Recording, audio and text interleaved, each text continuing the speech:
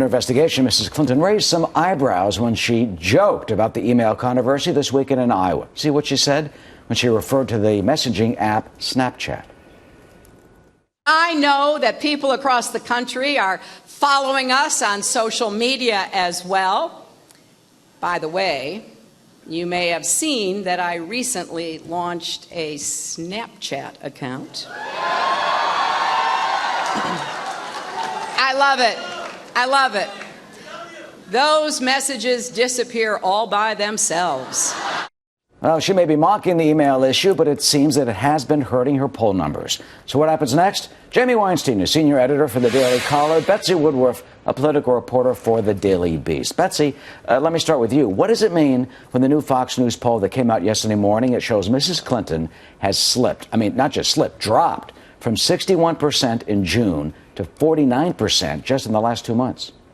Well, look, it's certainly bad news. I think the fact that her lead over her closest Democratic primary competitor actually got cut in half in this sort of a period of time shows she has serious, big problems. Those problems may be surmountable, but she needs to take them seriously. And making cavalier jokes about how Snapchat messages disappear might suggest she's a little bit out of touch. Look, this makes her seem like someone who doesn't take seriously the issues that voters do. And another important data point is that at the same time, the percentage of voters who say she cares about people like them has also declined steadily. So it's not pretty, certainly not for her campaign. Well, what does this trend really mean, Jamie? Look, she's below 50%, but no, these polls can change, and she's got the money, she's got the organization, and she seems to have the backing of the Democratic establishment.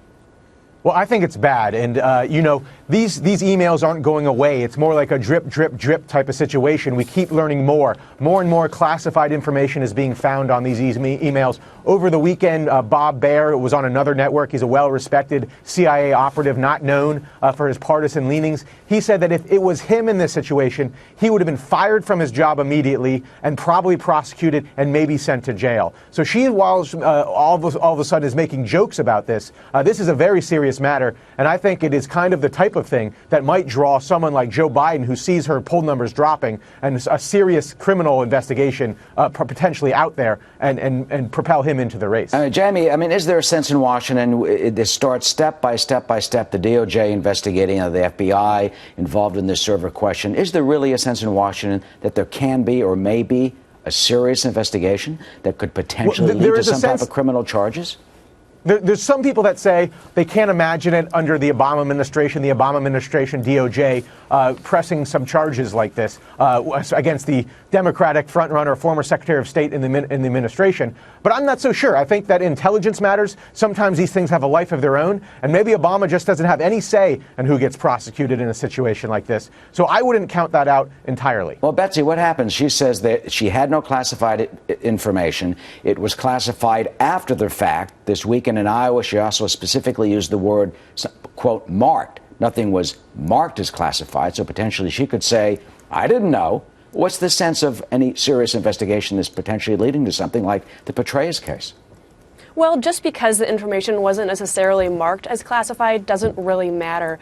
John Schindler has formerly done counterintelligence work at the NSA. He wrote an in-depth piece for the Daily Beast last week about this and detailed how it doesn't mean anything if the information doesn't have that marking on it, because people who deal with classified information are trained on how properly to use it. The point is that the information is protected. The point isn't that it's properly labeled. So that's a cop-out, and it doesn't really hold that much water. It's weird that that's the defense that she's using, given that previously she said there was no classified information, period. And this information is really, really important. It could have involved drone strikes in Pakistan.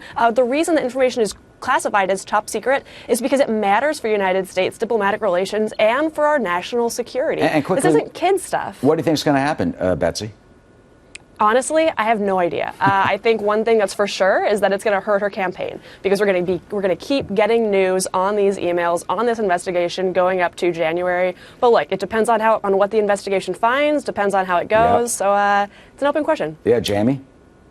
Well, we also have to point out that most experts say that these emails are probably now in the hands of our enemies, China and Russia, who have sophisticated hacking abilities. So this isn't just kind of a hypothetical situation. It's very likely that the classified information she sent on our private server ended up in the arms of our enemy intelligence services. Jamie and Betsy, this is not going away anytime soon, it seems. Thank you so much.